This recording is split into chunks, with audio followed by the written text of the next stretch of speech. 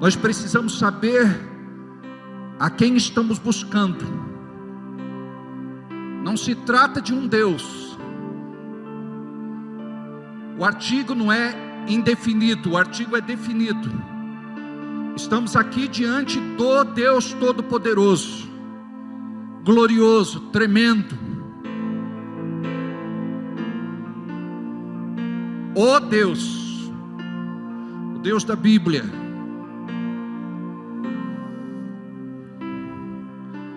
Eu preciso de você aqui comigo. Nós precisamos receber juntos aquilo que o céu tem para nós. Os avisos eu dou depois, o que eu tenho para falar eu falo depois, mas eu preciso aproveitar essa onda. Você sabia que o surfista, ele sai à procura da onda certa para poder surfar, e ele não procura qualquer onda. Então ele vai aonde tem aquela onda perfeita. Muitos deles vão lá para o Havaí, ondas gigantes, perigosas, mas eles não têm medo, sabe por quê? Tudo que eles querem é surfar nesta onda.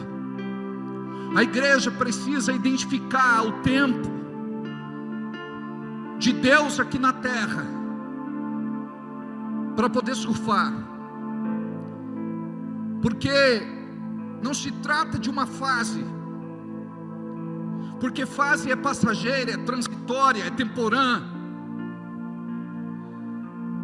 Existem ondas que são liberadas por Deus sobre toda a terra, e alguns países desfrutam mais do que outros desta onda por conta do propósito do céu. Já ouvimos falar de ondas de avivamento em muitos lugares do mundo. Já ouvimos falar da profecia, de profecias para o Brasil, de que haveria um derramar do Espírito tão grande, mas tão grande, que a nossa nação nunca experimentou. E eu quero te falar que você está vivendo um tempo profético, um tempo apostólico, onde você vai ver com os teus olhos um grande derramar do Espírito Santo de Deus. Este derramar será acompanhado de sinais, maravilhas, prodígios e milagres. Só que o maior de todos os milagres que alguém pode ver não é a manifestação, mas é o número de muitas pessoas sendo salvas, sendo alcançadas pela graça de Deus e entregando suas vidas a Jesus, o recebendo como único Senhor e suficiente Salvador. Estamos falando de um país que viveu mergulhado durante muito tempo na idolatria, que viveu muito tempo enganado por aquilo que era do oculto.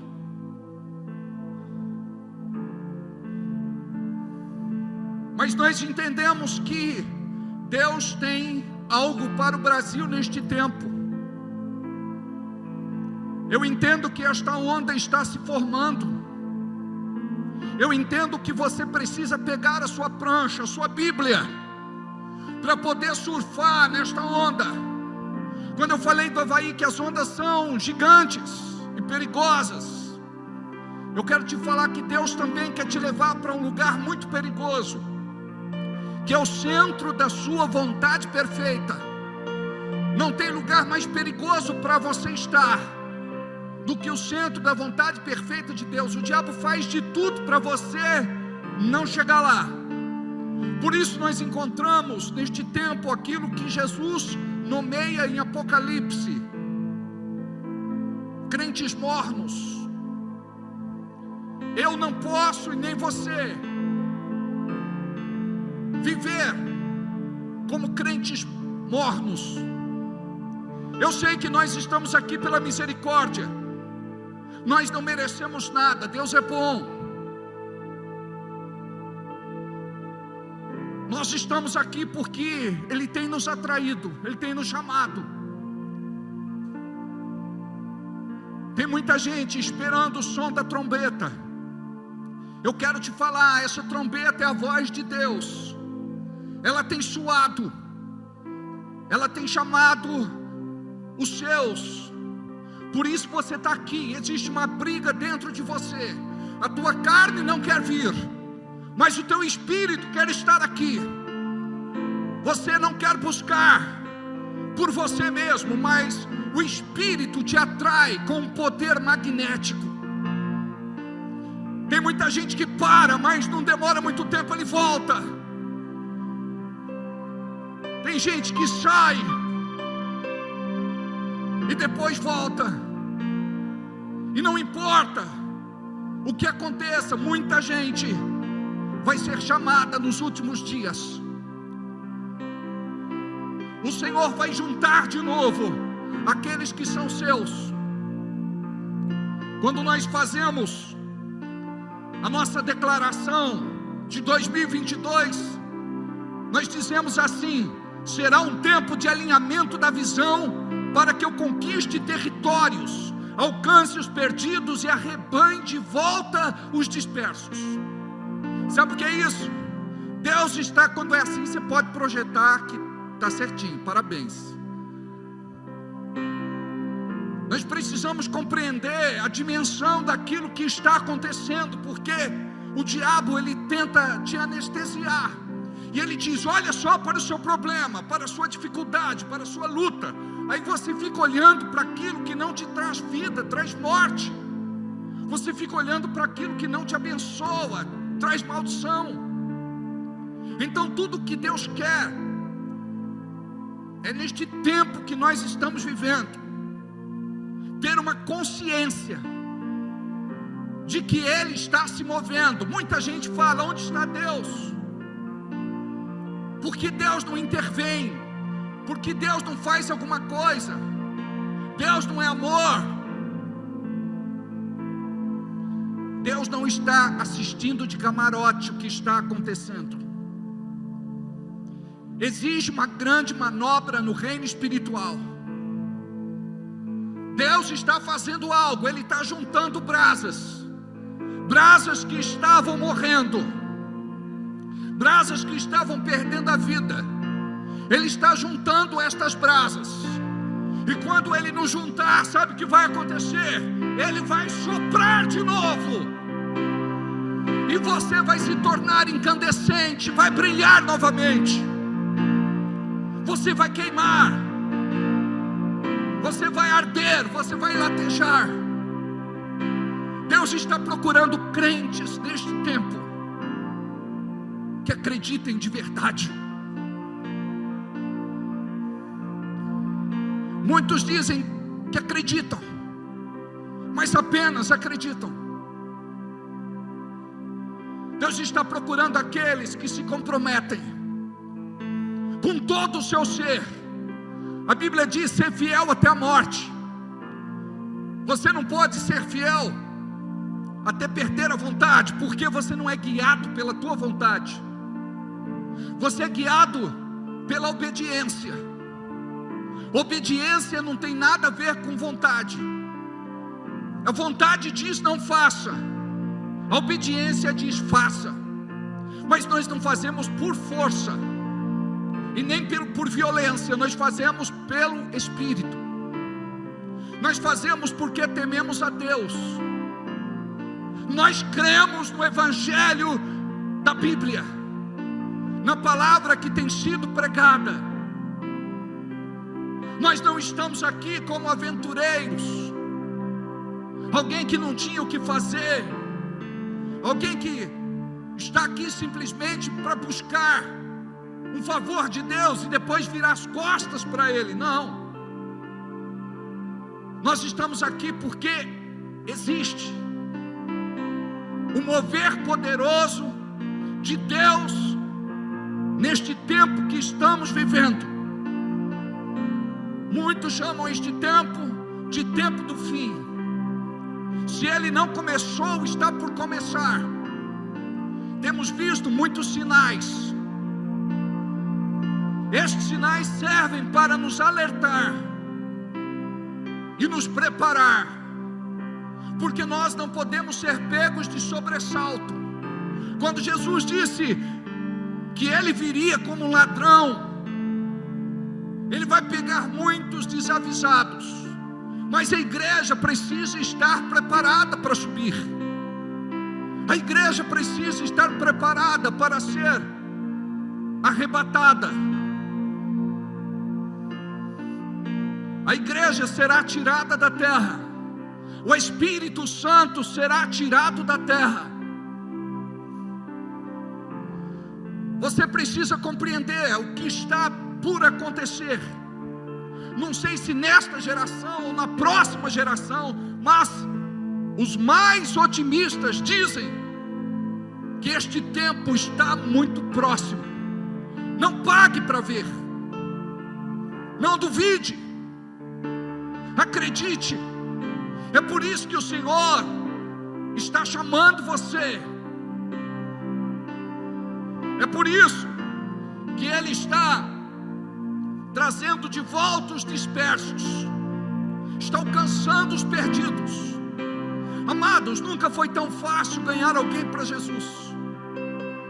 Aí você diz: mas pastor, eu não estou vivendo isso. Eu quero profetizar que existe uma unção liberada deste altar que vai te alcançar neste momento. Este momento é o momento onde você vai pregar, não com palavras, mas com a tua vida, com o teu testemunho.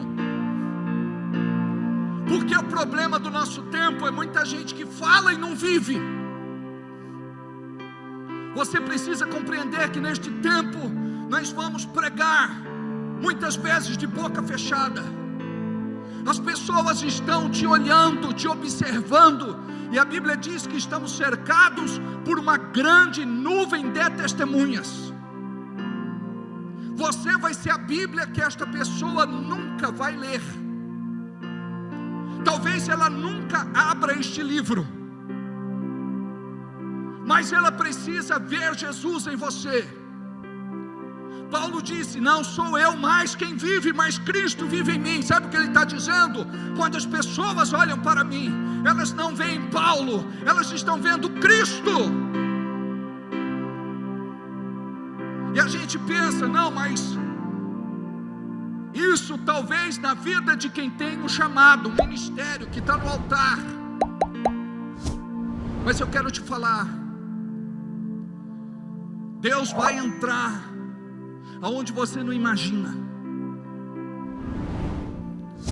Certa vez um homem chamado Naamã, alguém muito importante, estava leproso, e a Bíblia narra a situação dele. Ele estava apodrecendo em vida, ele estava cheirando mal, a cada dia que passava ele piorava. E ele já tinha feito de tudo que podia, tudo que o seu dinheiro podia fazer.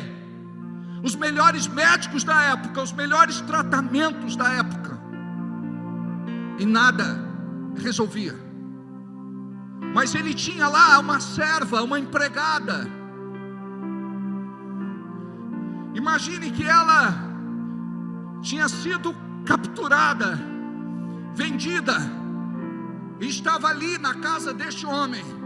Ela se atreveu a abrir a boca e falar para ela do seu Deus. Ela estava aprisionada, mas a sua boca não estava costurada. Deus permitiu que ela estivesse ali como serva, como empregada, como escrava, para poder falar do poder de Deus para este homem. Naamã ouviu. E vocês conhecem a história. Ele foi alcançado por um milagre. Mas este milagre começou com uma pessoa tida como insignificante, uma pessoa pequena, uma pessoa desprezível. Eu me encaixo aí. Eu tinha muito complexo de inferioridade, desvalor, autodepreciação, autocomiseração.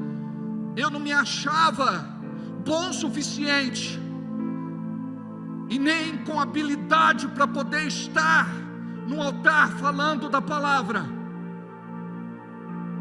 E Deus me encontrou, e Deus me habilitou, me adestrou, me treinou, me ungiu.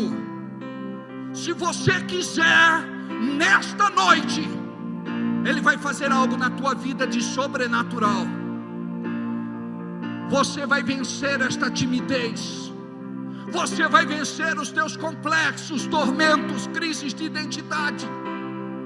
Você vai entender qual é o chamado de Deus para você.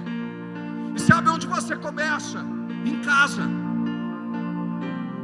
Você começa dando o exemplo. Eu disse há pouco que você vai pregar sem falar. Tem muito marido que é muito chato. Tem marido que é muito chato. Tem esposa que é muito chata. Fala daquilo que não vive. Sabe o que você vai fazer? Dar o exemplo. Vai derramar amor, vai perdoar sempre. Vai parar de falar e vai começar a orar, interceder, acordar de madrugadas, jejuar durante a semana. É tudo que a gente não faz. E a gente quer ver o poder de Deus se manifestando em casa, no nosso lar e na nossa família. Tudo que a gente não faz. Fazemos aquela oração automática, relâmpago, mecânica, sem vida. Não, o que Deus quer é te ver prostrado, ajoelhado, com o rosto em pó, com o coração rasgado, chorando na presença dEle, por esta pessoa que você diz amar. Você diz: eu não quero perder meu casamento, mas é da boca para fora, não é do coração para dentro. Muitas vezes a gente diz: aquela pessoa tem que se converter, quando na verdade nós temos que nos converter. Não é a esposa que tem que se converter, é o marido que tem que se converter. Muitas vezes não é o marido que tem que se converter, é a esposa que tem que se converter. A palavra diz em Malaquias que nos últimos dias os pais converterão o coração dos filhos, e os filhos os pais. Vai acontecer um processo de avivamento em casa. Mas como é que Deus vai se manifestar se você não faz um culto familiar? Culto familiar não é para você disputar com o marido, com a esposa. Não, é para vocês cultuarem. É para vocês louvarem, adorarem ao Senhor. Não é para vocês incomodarem a vizinhança. Vocês precisam compreender o que Deus está fazendo. Pode orar alto. Você que sabe, eu não moro onde você mora. Você conhece os teus vizinhos melhor do que eu. Mas você precisa saber que o inimigo, ele se levanta quando você abre a tua boca para orar. Quando você começa a buscar. Quando você se dispõe a se colocar à brecha. As maiores guerras que eu ganhei não foi porque eu gritei muito alto, porque eu não tinha nem voz para gritar. Ela ficava embargada na minha garganta, presa. Eu só chorava. O chão ficava todo molhado. Um lago se formava embaixo. Eu não conseguia parar de chorar. É isso que nós precisamos. A nossa família precisa disso. Estamos perdendo a nossa família. Para nós não pode ser modismo casar 1, 2, 3, 5, não sei quantas vezes. Não, eu não gosto dessa mais, agora eu quero outra. Não, essa aí engordou, agora eu quero outra. Não, essa aí emagreceu demais, eu gosto de carne, agora eu quero outra. Não, essa aí ficou doente, agora eu quero outra. Precisamos entender o que é aliança. Essa aí ficou velha, agora eu quero uma nova. Não. Cuidado com o que o diabo está fazendo com você, na tua vida. Você precisa lutar pela tua família. Você precisa lutar pela tua esposa. Talvez ela não tenha força sozinha. Você precisa lutar pelo teu marido. Talvez ele não tenha força sozinho. Lá atrás foi um homem de oração, foi uma mulher de oração, mas agora você não vê mais orando. Antes você via com a Bíblia aberta, lendo, estudando, meditando. Agora você não vê mais. É só no celular, é só assistindo séries, é só em jogos. Nós precisamos de um despertamento urgente. Tem muita gente esperando que um anjo desça do céu e diga para você: desligue este videogame. Não vai acontecer isso. Você está viciado em séries, se liberte. Isso não vai acontecer.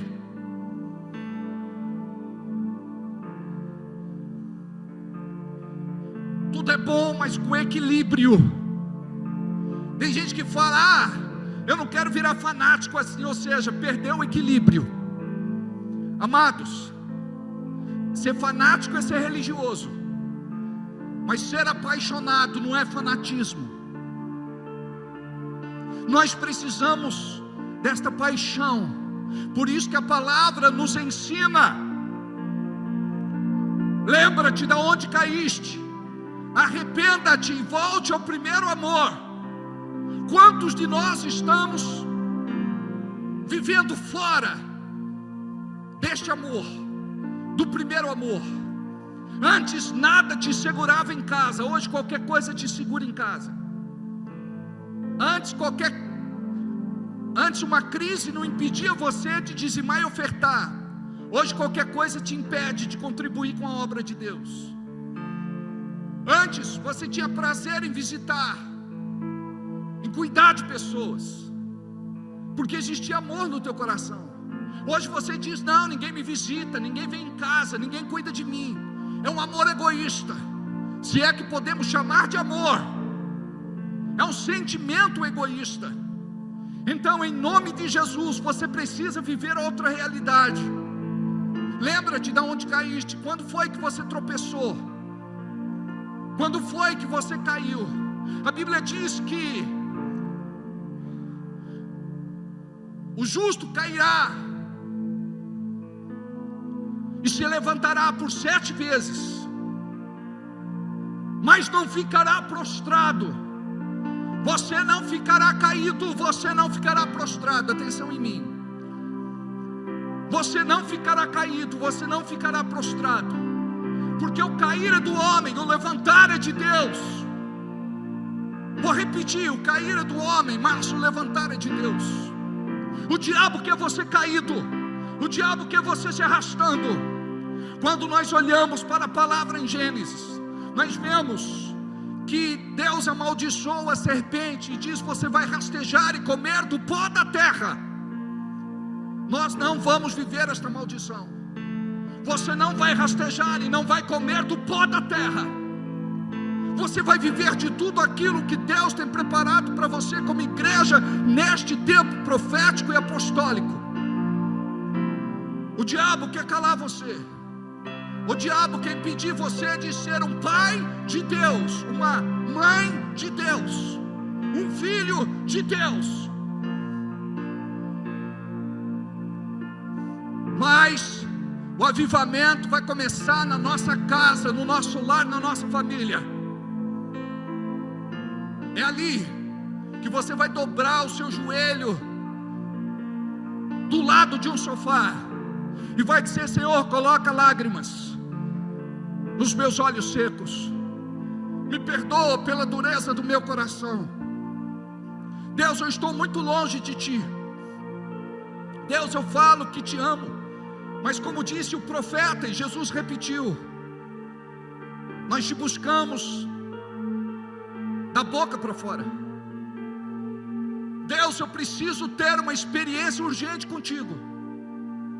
E eu não estou falando, queridos, só de tremer, de arrepiar, de ter algum tipo de visão aberta. Não! Porque o que nós vimos em tempos passados foi um povo que experimentou de muita manifestação, mas não tinha mudança de vida, não tinha transformação. Então Deus agora está nos chamando para sermos santos, mas a igreja não quer santidade. A igreja está contaminada. As nossas vestes não são brancas, elas estão salpicadas de pecado, de sujeira, de imundícia do mundo. Somos carnais, mundanos, pecaminosos. Esta é a nossa condição. Todos nós carecemos da graça, misericórdia, bondade e amor de Deus. A Bíblia diz que não existe um justo, nenhum sequer. Todos pecaram e destituídos foram da glória de Deus. Aí a gente entra aqui e diz: Deus, eu sou tão pequeno diante de Ti. É verdade. Esta é a consciência que devemos ter. Paulo disse: miserável homem que sou. O que acontece com a igreja hoje? Eu tenho orado muito, eu tenho jejuado muito, eu tenho lido muito a Bíblia, eu sou muito espiritual. Miserável homem que sou. A Bíblia diz que as nossas obras são para Deus como trapos de imundícia, ataduras que enrolavam os ferimentos,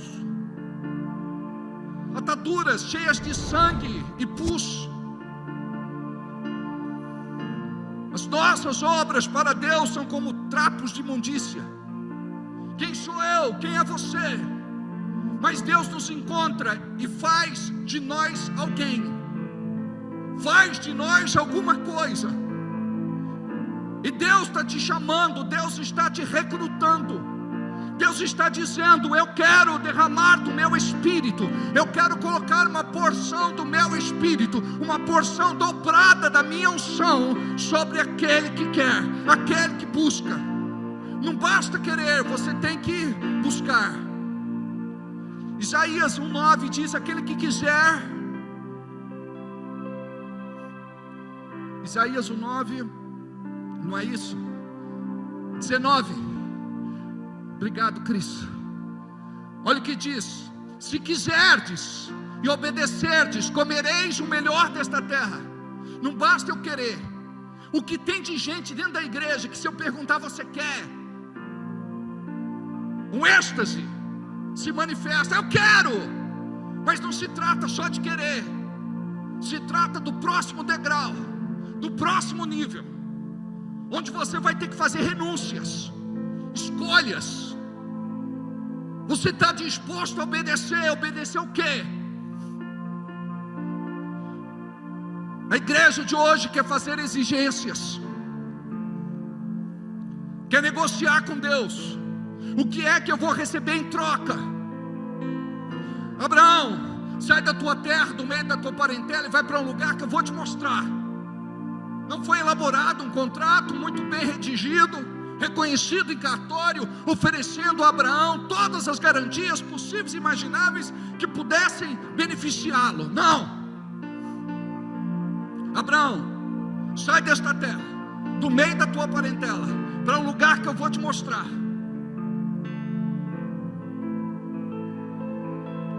Imagina que coisa gloriosa, que coisa poderosa. Mas Deus não pode nos desafiar nos dias de hoje, porque não estamos dispostos a obedecer. Abre em Gênesis capítulo 12, depois volta aí, meu filho, a partir do versículo 1, vamos ler juntos. Ora, o Senhor disse a Abraão: diga, todo milagre começa com uma palavra. Eu preciso ouvir isso de você. faz parte da didática, faz parte da metodologia. Eu preciso fixar isso na tua mente e no teu coração, mais uma vez. Está mais ou menos. Vamos lá? Todo milagre começa com uma palavra. E o segredo é: de quem vem esta palavra? Porque Deus tem falado e você está com o coração endurecido.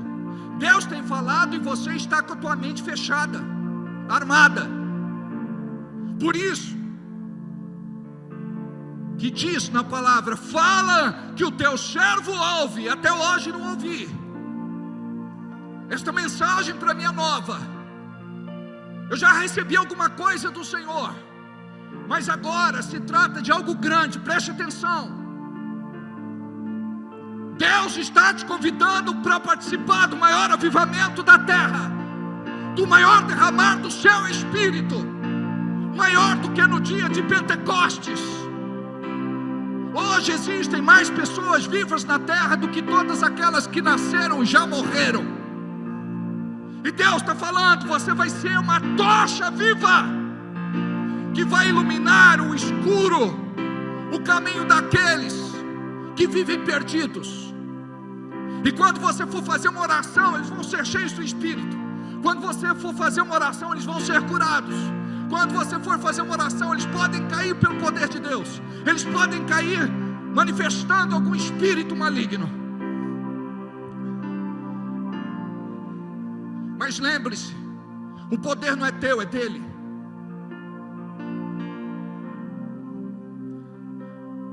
O que dele, por ele, para ele são todas as coisas. Ele não divide a sua glória com ninguém. Mas você é um vaso que ele vai encher. Ezequiel fala da medida da unção. Muitos têm água até o tornozelo, outros até o joelho, outros até a cintura. Outros estão nadando de braçadas, porque a água já os encobre. Você é quem tem que buscar profundidade em Deus. Não dá para pensar em só trabalhar, ganhar dinheiro, comprar, vender, ganhar, economizar. Tudo vai ficar aqui. Você não vai levar absolutamente nada. E olha como nosso Deus é sábio. Por isso tudo que é meu é de Deus. Não somente 10% que entrego para Ele como dízimo. Os outros 90% também são dele. Tudo é dele. Eu sou apenas um dispenseiro e mordomo fiel. Um dia você vai chegar lá e Ele vai dizer: como é que você administrou aquilo que coloquei nas tuas mãos? Aí você vai dizer: olha, eu não dizimei, eu não ofertei, eu não contribuí com a tua obra.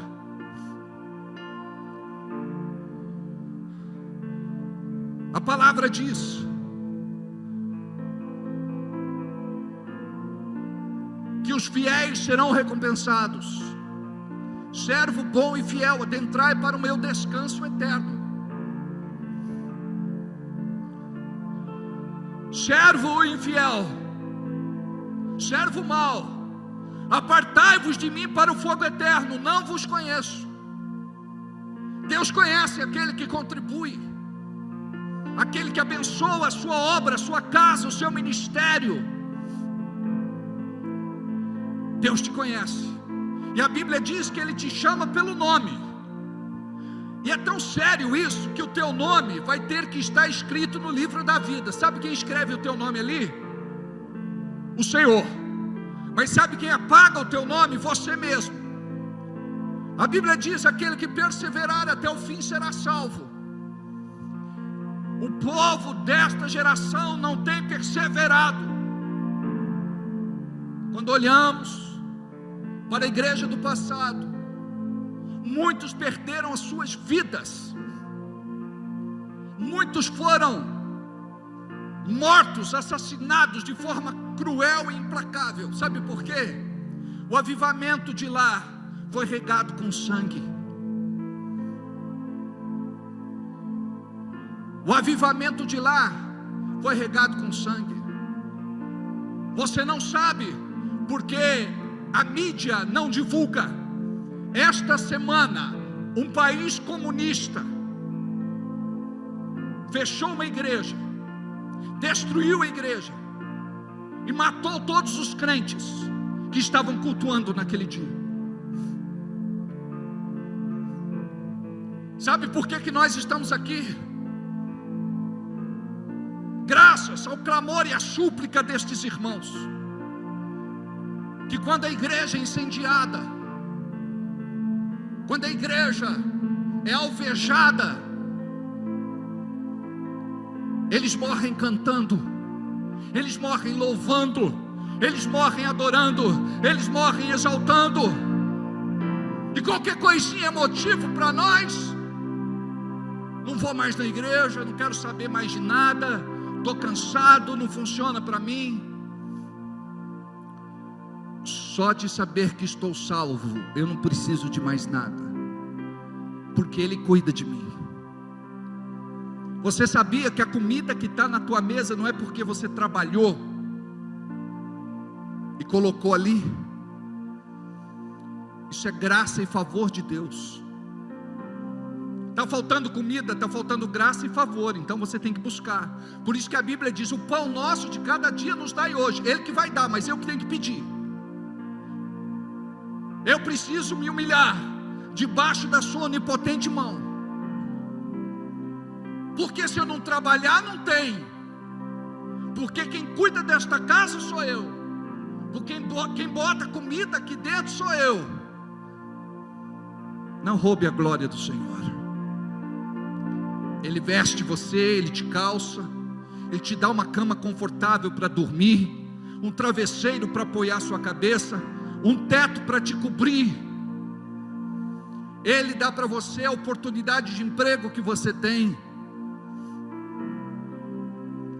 É Ele quem aplana os caminhos, é Ele quem cuida das tuas veredas. Nós precisamos ver Deus mais em tudo, porque não temos visto Deus em nada.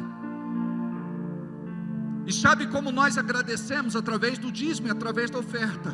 Aquele que não dizime e não oferta é ingrato. A igreja do nosso tempo tem sofrido muito de ingratidão.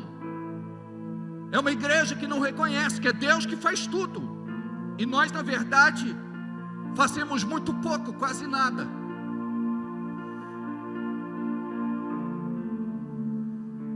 Estamos vivendo um tempo onde estamos sendo limpos, e essa limpeza muitas vezes dói.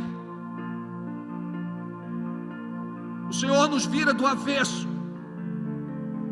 Eu me lembro do povo de antigamente que pegava roupa e batia no tanque.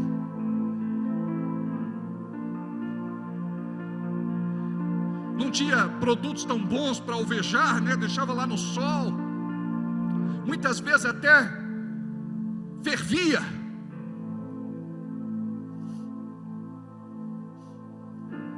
A igreja está sendo limpa. Eu quero te falar uma coisa: a igreja nunca esteve tão suja como em nossos dias. O diabo nunca morou tanto dentro de uma igreja como em nossos dias. O diabo nunca usou crentes como em nossos dias. Nós dizemos assim: salvos, mas não muito. Se você morrer agora, vai para o céu? Talvez, não sei, só Deus sabe. Sabe por que a gente vai para o céu? Não é porque nós somos perfeitos, é porque Deus é misericórdia, Ele é riquíssimo em perdoar. Nós não merecemos. Ele conhece você, Ele me conhece. Ele sabe o que eu penso, o que eu sinto, o que eu falo. Ele sabe quem eu sou quando ninguém está vendo. Eu não mereço absolutamente nada, nem você. Mas Ele diz: eu te escolhi e decidi te amar. Não vou desistir de você até você viver tudo que eu tenho preparado para a sua vida. Deus está limpando a igreja. Deus está tratando a igreja. E você precisa permitir: Deus, eu quero ser tratado. Deus está libertando você desse vício. Não vou dizer que é seu, porque é do diabo. Você não precisa disso. Deus está te libertando desta compulsão. Você não precisa disso. Você vai ser liberto da pornografia, da prostituição. Você vai ser liberto daquilo que te emporcalha, que te suja, que te contamina. Você vai ser liberto na sua mente desses pensamentos impuros. Você vai ser liberto no teu coração destes sentimentos malignos. Se tem uma coisa que o crente precisa vigiar, é com aquilo que o diabo deposita no seu coração. Entre todas as coisas que deves guardar, guarda o teu coração, porque do teu coração procede as saídas da vida. Guarda o teu coração. E a gente não vigia. Aí o nosso coração fica cheio de sentimentos malignos, contra o marido, contra a esposa, contra os filhos, contra a empresa onde trabalhamos, contra as pessoas com quem estudamos, com quem convivemos, com a igreja onde congregamos.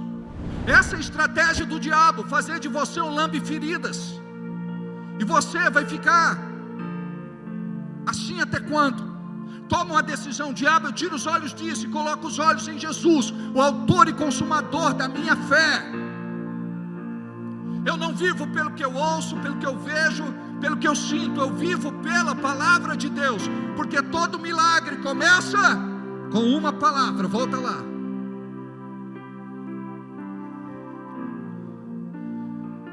Gênesis 12. Diz aí: ora, o Senhor disse a Abraão: sai-te da tua casa, da tua parentela e da casa de teu pai para a terra que eu te mostrarei. Parou. Ele leva o seu sobrinho Ló. Ele desobedeceu aqui. Essa desobediência lhe custou caro lá na frente. Mas ele tinha tanta consideração pelo menino, ou pelo rapaz, que era como se fosse um filho para ele. Pai, deixa eu ir com o tio Abraão. Ele tinha tanto apego que disse: vai. Ele tem sido para você um pai. Deus conhecia o que estava no coração de Abrão. Até agora Abrão, depois ele se transforma em Abraão. Deus muda o nome, dá uma nova identidade, para que o milagre acontecesse. O milagre muitas vezes acontece depois que você permite que Deus mude a tua identidade, quem você é. O nome fala muito. Na cultura hebraica, judaica, o nome fala muito a respeito de uma pessoa. Que eu te mostrarei. Então ele sai sem saber para onde vai. Quem de nós aqui se aventura a ir para um lugar que uma voz mandou a gente ir, sem saber de absolutamente nada, sem detalhes? O nosso pai na fé, chamado Abrão, obedeceu. Continua. E far-te-ei uma grande nação, e abençoar-te-ei, engrandecerei o teu nome. Olha a importância do nome. Então Deus escolhe você. Deus te chama pelo teu nome. E tu serás uma bênção. Tudo que ele recebeu foi uma promessa de Deus, de que ele seria uma bênção. Preste atenção. Esta promessa está sobre a tua vida. O diabo todo dia diz para você: o Senhor não é contigo, você não é uma bênção. Aí você começa a pensar: ninguém me ama, ninguém me aceita, ninguém reconhece meu trabalho, ninguém me valoriza. A verdade de Deus para nós é que somos uma bênção. Diga, uma grande bênção. Olha, independente das coisas hoje estarem bem ou mal, na tua vida em qualquer área, você vai profetizar: eu sou uma bênção. Sabe por quê?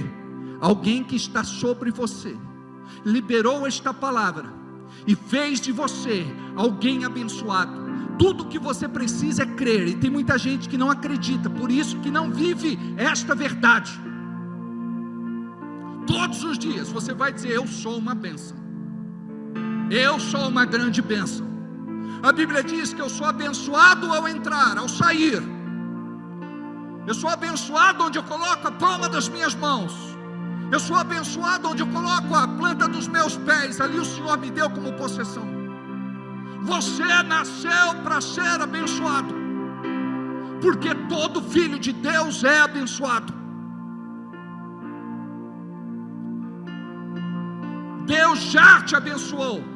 Efésios 1:3. Olha o que diz: bendito Deus e Pai de nosso Senhor Jesus Cristo, o qual nos abençoará um dia, quem sabe.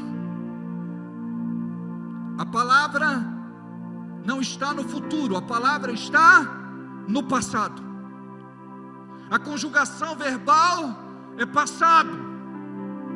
Nos abençoou com algumas migalhas de bênçãos. Com todas, diga comigo, todas as bênçãos espirituais nos lugares celestiais por Cristo Jesus. Por que diz bênçãos espirituais? Porque tudo começa de forma abstrata. Tudo começa com uma palavra. Tudo começa com uma ordem. Tudo começa com um pedido. Bendito Deus e Pai de nosso Senhor Jesus Cristo, o qual nos abençoou com todas as bênçãos espirituais nos lugares celestiais em Cristo Jesus.